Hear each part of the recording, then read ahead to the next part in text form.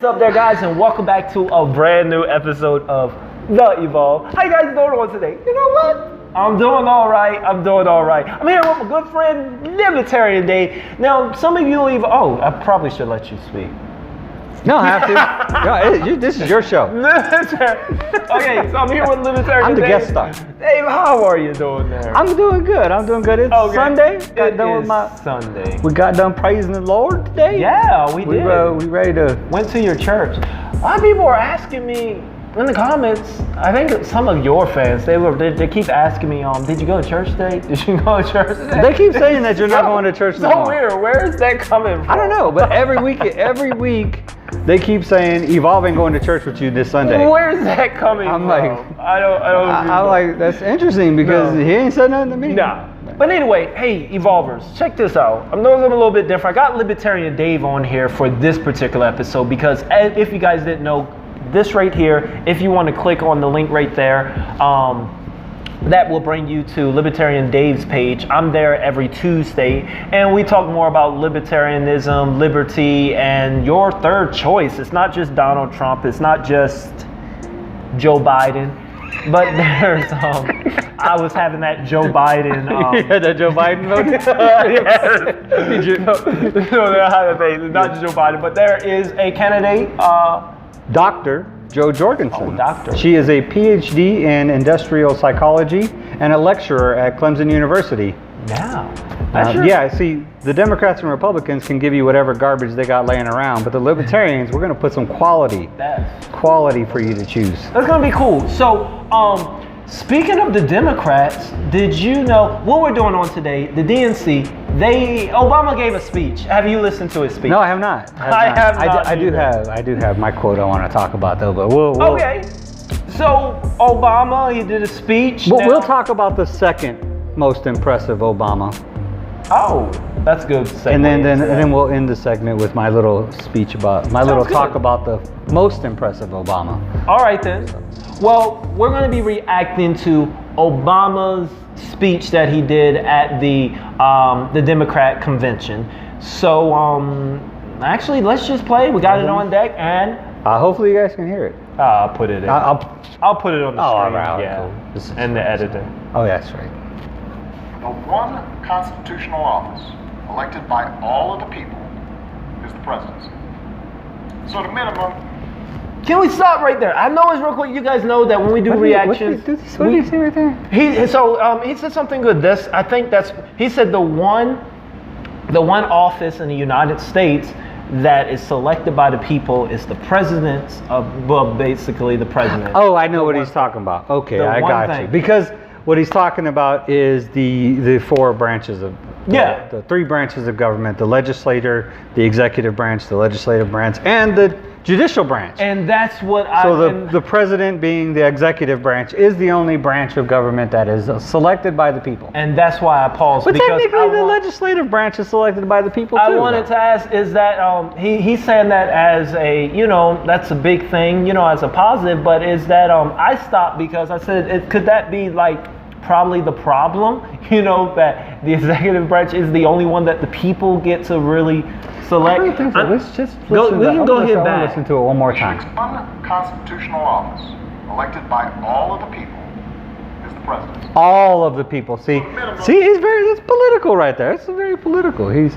all of the people. See, the legislative branch is selected by all of the people, but it's individuals within the legislative branch is selected by. And that's why I stopped. I said maybe he's a good lawyer. I said that's why I stopped, because I was about to say maybe that's the problem. Maybe all of these branches should be all the people. Maybe we should have a voice. Maybe because a lot of them stay in office for a very, very long time.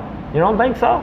That's probably one of the problems. Most of the most corrupt have been in office for the longest amount of time. And the office that they've been in office for a long time are the ones that we have no say in. Well, you're kind of going back into term limits, though. I'm going in term limits. Yeah. But are you in favor of term limits? For Congress and Senate.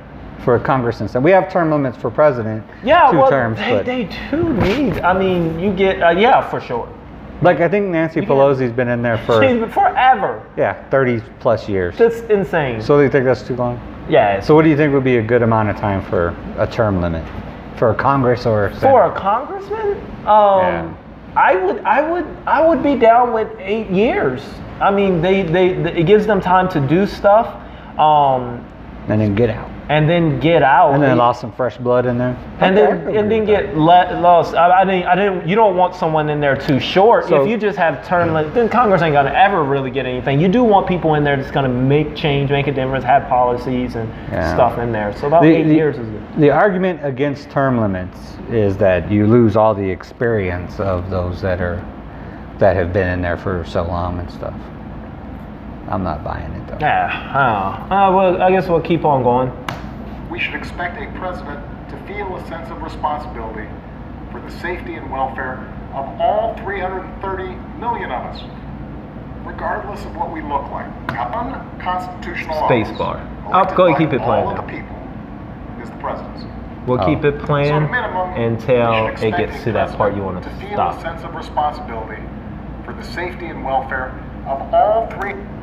The president should feel a sense of responsibility for the safety and welfare of all 330 million of us.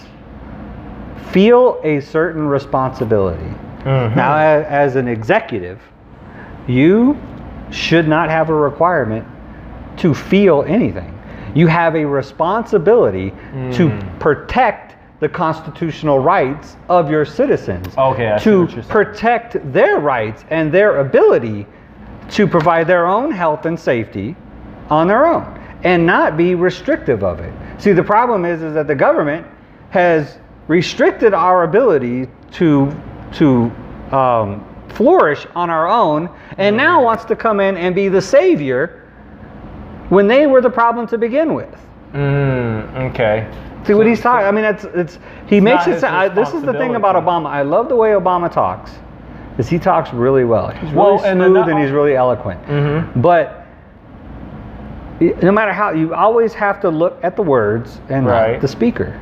You know what I Okay. mean? What he's talking about is that the president has a responsibility to take care of us, Right. and that's absolutely false. He does not have a responsibility to take care of us. And this is a shot at, it seems like this is a shot at, because he said all people. So it sounds like he's starting to shoot his shots at Trump too, because that's a guarantee. Trump is it's being said that Trump only cared, about his base or certain people or certain Oh, is that what it was? demographic. Okay. So I think Yeah. that's where he's getting to. So, but he's very slick with it. So he'll say all the people and not just the whites or not just the blacks or not just those corporations. So that's why the he rich, stretched, because Trump just helps the rich. Yeah, I think that's why he stretched out all the people. And I'll go back just a little so we can hear that too. Responsibility for the safety and welfare of all 330 million of us, regardless of what we look like, how we worship, who we love, how much money we have, or who we How vote much for. money we have. I have sat in the Oval Office with both of the men who are running for president. I never expected that my successor would embrace my vision or continue my policies. I did hope, for the sake of our country, that Donald Trump might show some interest in taking the job seriously.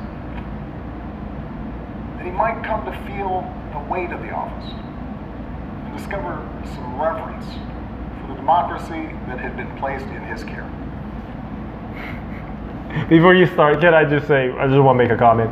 Obama, why Obama look like he's ready to run for office again? He's looking like he's ready to, but go ahead. Oh man, that was the most eloquent. Oh man, insult didn't seem powerful enough. I mean, he basically just called Trump the scum of the earth. He did. In the most eloquent way. It was beautiful. It was beautiful. It was the most beautiful He got busy. slam dunk out there. Like, I wish he would feel the weight of the office. Like, I had this hope. guy don't even take it seriously. Like, all y'all on social media be posting your stuff about Trump, like all your grouchy little curse words, and you need to learn from this guy. Yeah. Wherever you're posting the video. Right. But you need to learn.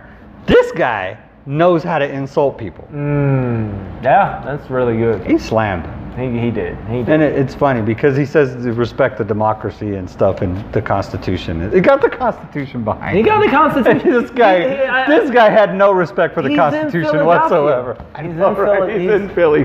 He's in the birthplace of the Constitution. He's literally there hasn't been That's where he's at right now. There hasn't. Let's see. The last president to respect the Constitution, probably Reagan.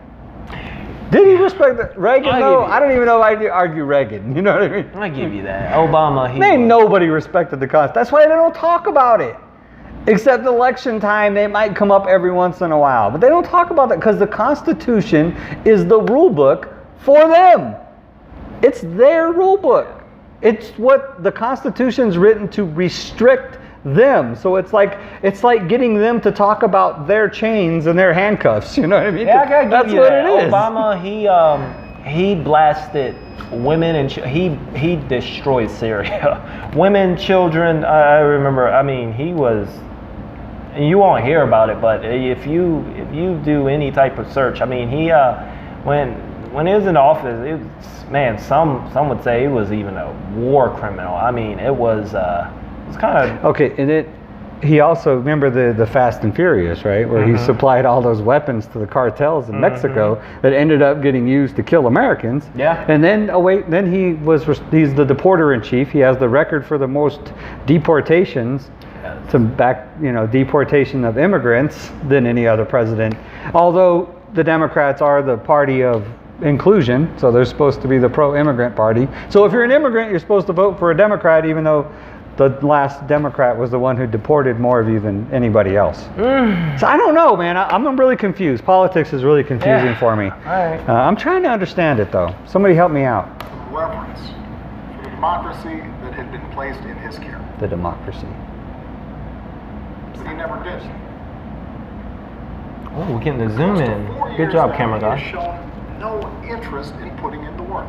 Wow, no interest. No interest in finding common ground. No interest in using the awesome power of his office to help anyone but himself and his friends. I agree. No interest in treating In the presidency part of as that. anything but one more reality show that he can use to get the attention he craves. Ooh. Go. Wow! Yikes. One more reality show to get the attention that he craves. Dude has got skill. I would never want to be on a debate stage with this guy. He would just embarrass you. You know, man. Trump was tweeting. He was tweeting all night after this speech. He got no sleep. This was 3 days ago, man. I really want to go back and watch this. Right. I want to go back and see his tweets. He had to. Because he blames everything on Obama. Oh yeah, he had to went ballistic during this. Oh yeah, he probably did. Oh my goodness. Donald Trump hasn't grown into the job because he can't. Oh! You can't wear those pants. This is like, is this because you haven't even grown. You can't. You got tiny hands, man. Tiny. You can't. This is like this is. I didn't know. I thought this was the DNC, not the Trump roast. Right. It's like they're roasting him, man. It's like he's roasting him. But usually the guy that you're roasting, he's got to be there too, so he got to come back. And Obama looks so passionate, like he is angry, like he's upset, like he's not pleased. I'm telling you, man. It's a game, man. The Democrats and the Republicans are the same. They are the same. They just passed the baton, man. Grow into these Trump things. and Obama probably playing golf together and stuff. They probably PM each other on Twitter. Be like, hey man, I'm gonna get you today, and Trump will be like, oh, I'm gonna get you back on Twitter. Watch. This is crazy. They're all in the cahoots together, man.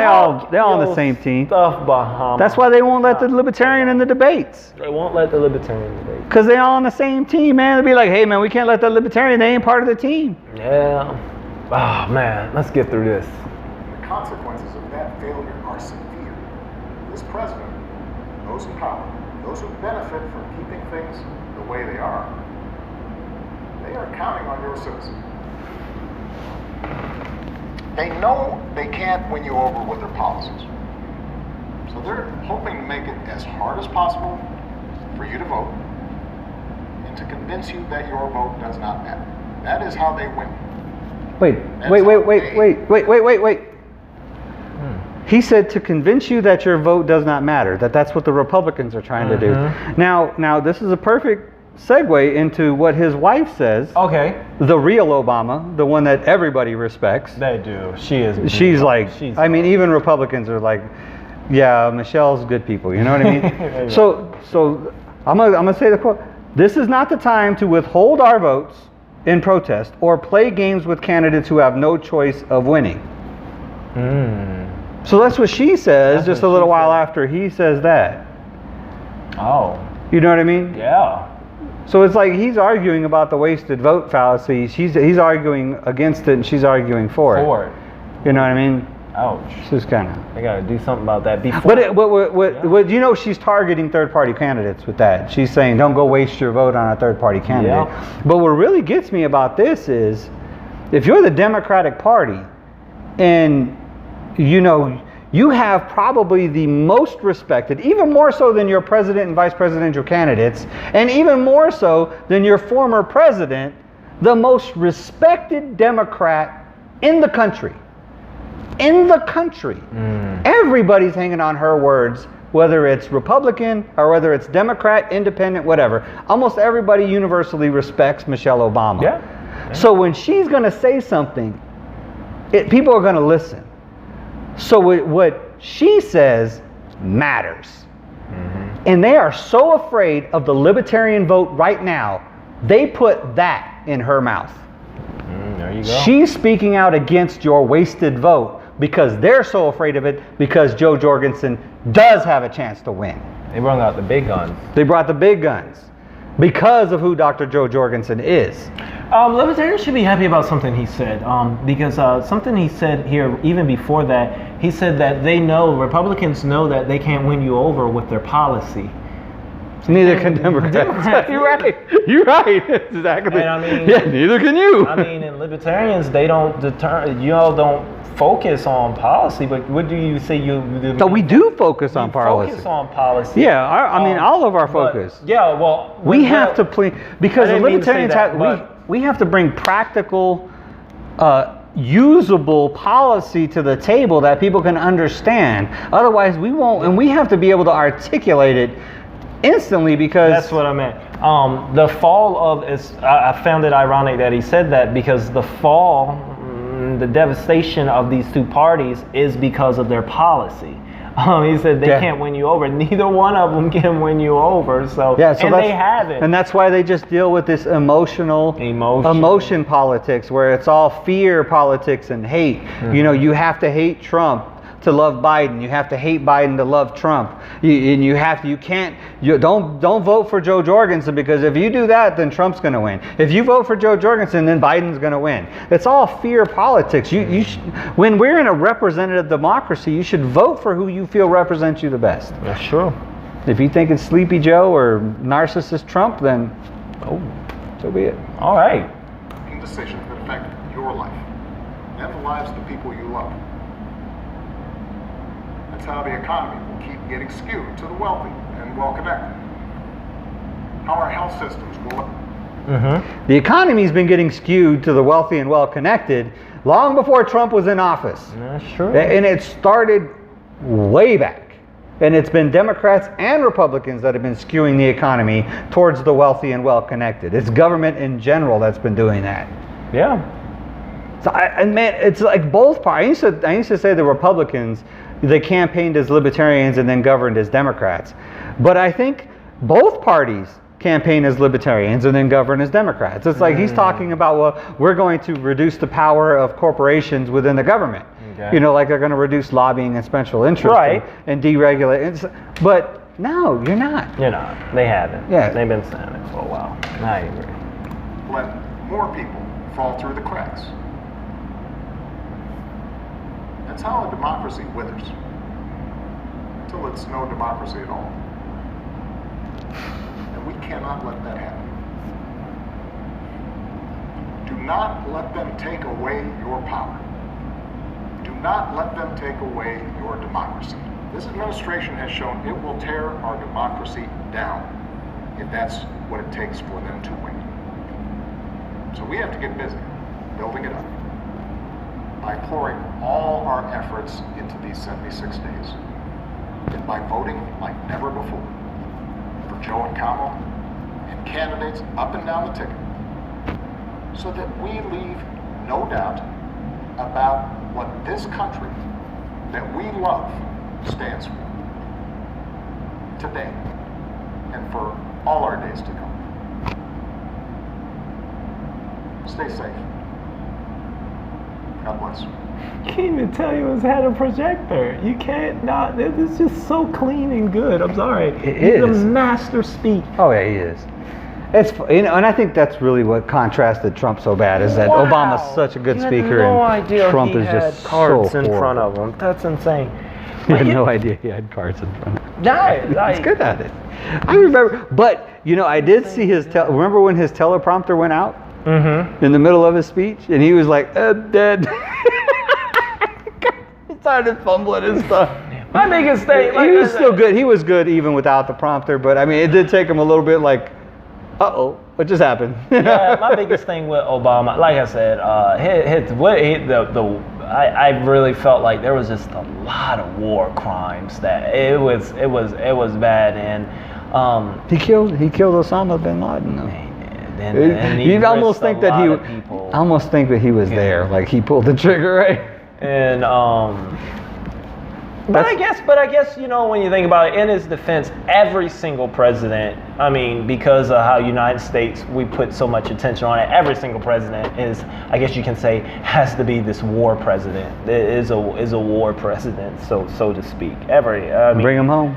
Yeah, everybody's a war president, and Dr. Really? Joe will bring him home. really started with in order to not be a war president, it has to be a total policy change and whatnot, say that, hey, we're not worrying about the rest of, I mean, if not, it's going to be the same. You're always going to, every president from now on is going to be a war president unless there is there has to be Dr. Joe Jorgensen won't be a war president. Yeah, there you go. She'll bring him home. It's intense, man. It's We spend more on national defense than the next We do. 6 countries combined because of the military-industrial complex. It's this great machine of industry and defense contracts that are worth billions of dollars. 5:30. And, it's crony capitalism. These defense industries are funding different candidates' campaigns in order to get them elected to keep them in office so that Right. they'll vote for their contracts and just maintain. That's why it's called the military-industrial complex, because it's just this machine that's murdering. Yeah. And Spike Cohen even said that he said we could bring our troops home and defend this country against the entire world if necessary at a quarter of the cost of that we're paying right That's now in your tax dollars. There's no reason for us to be fighting wars of regime change, putting our best citizens in harm's way for nothing but political gain. No country or countries pairing up together can invade successfully United States. No. Will ever. It won't happen. It No. won't.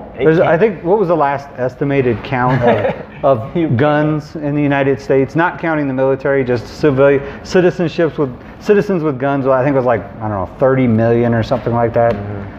So, yeah. So, what do you think of this speech? Do you think that's going to, thought it was a good speech. I think we both thought it was a good speech. He spoke well, did a good speech. He always speaks Now, well. in the context, the second part is, will it work? Will it do what he wanted it to? What do you think he wanted to do with it? Well, he wanted to make, I think he wanted to discourage, well, you know what? He wasn't aiming at Trump voters because he was absolutely he wasn't not, aiming at them. But Well, this is the Democratic National Convention, It's so the Democrats. the DNC, the Democrats are the one watching. the Democrats. But I think he was aiming because he don't want, those that may think that Trump, because there's some people out there that now feel that, hey, Trump has done a good job. We got stimulus and we got all of this. And now some people are being swayed and thinking, hey, yeah, I'm going to go with Trump this time. I mean, You think so? And that's why he felt, especially the African Americans, that's why he felt this need to bash. I mean, African Americans, they eat that up. They love that. We love that stuff. And they're the ones getting, getting the stimulus, getting that 600, got all this great stuff from Trump this year. I mean, we benefited the most. We are highly unemployed, 600. And a lot of them are saying, yes. I mean, even my brother, he's voting Trump. Did he vote Obama before?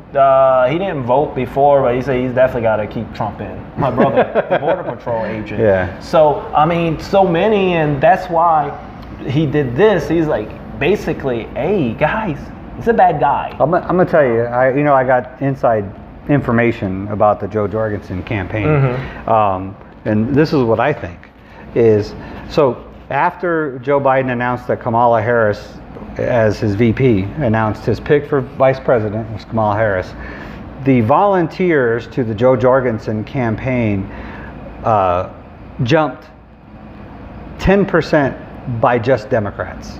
Oh, wow. Democrats are bailing on their party because of that pick for vice president. A lot of people consider it the worst possible choice that Joe Biden could have made. Wow. So what I honestly think this was more of, hey, get focused. Look what Trump has done. Look what kind of person Trump is. We need to get rid of him. You guys need to get out there. And the same thing goes right back to Michelle's message too. This is not a time to be lollygagging around. Y'all need to get out there and vote, and you need to spread the word and get your fellow Democrats to not be questioning the authority of the Democratic Party. I think that's what he was kind of. He's a lot more articulate than me. But yeah, our not volunteers donations and stuff like that jumped 10% just from Democrats. Interesting. From Democrats. Well, guys, this is a longer video. Let me know, man, I thank you guys. If you did stay for the ending of this video, you are truly a community, you are truly a evolver, OG. You stayed for this last 28 minutes. I want to know, I want to see you in the comments, put hashtag OG. That let me know, because only the OGs that are still watching this are gonna know to put that in the comment, and that let me know that you are watching and that you got our back here, and I love to see that. I definitely heart that. Michelle gave a speech. Yeah. So maybe after this, hey, maybe guys, if you want to, I think maybe we could we on my channel just now, we did Obama's. If you want to go over to Dave, I think we should just put up your camera and do Michelle's now. We could. And you can just pop it up on your channel. I had to find the speech though. I hope it was short like this. This wasn't short. I think all the other ones were 19, unless there's commentary. Yeah, we just did some. All right then, well, we'll do that. Probably so. We'll check it out. But other than that, I thank you guys for watching. Dave, the Libertarian, he's going to tell you about his schedule so you guys can come on over and see what he has to say. Oh, Tuesday, 6 p.m., Saturday, 6 p.m. Mountain Time, which is 5 p.m. Pacific. Yeah. Saturdays, around 7 a.m., depends what time I get up in the morning, but usually it's around 7 a.m., which would be 6 a.m. Pacific, but that's my time for those overseas, like in India. India, it's like 12-hour difference, so it's usually 7 p.m. their prime time in India, Asia, Europe. So I do that for them too. So. That's awesome.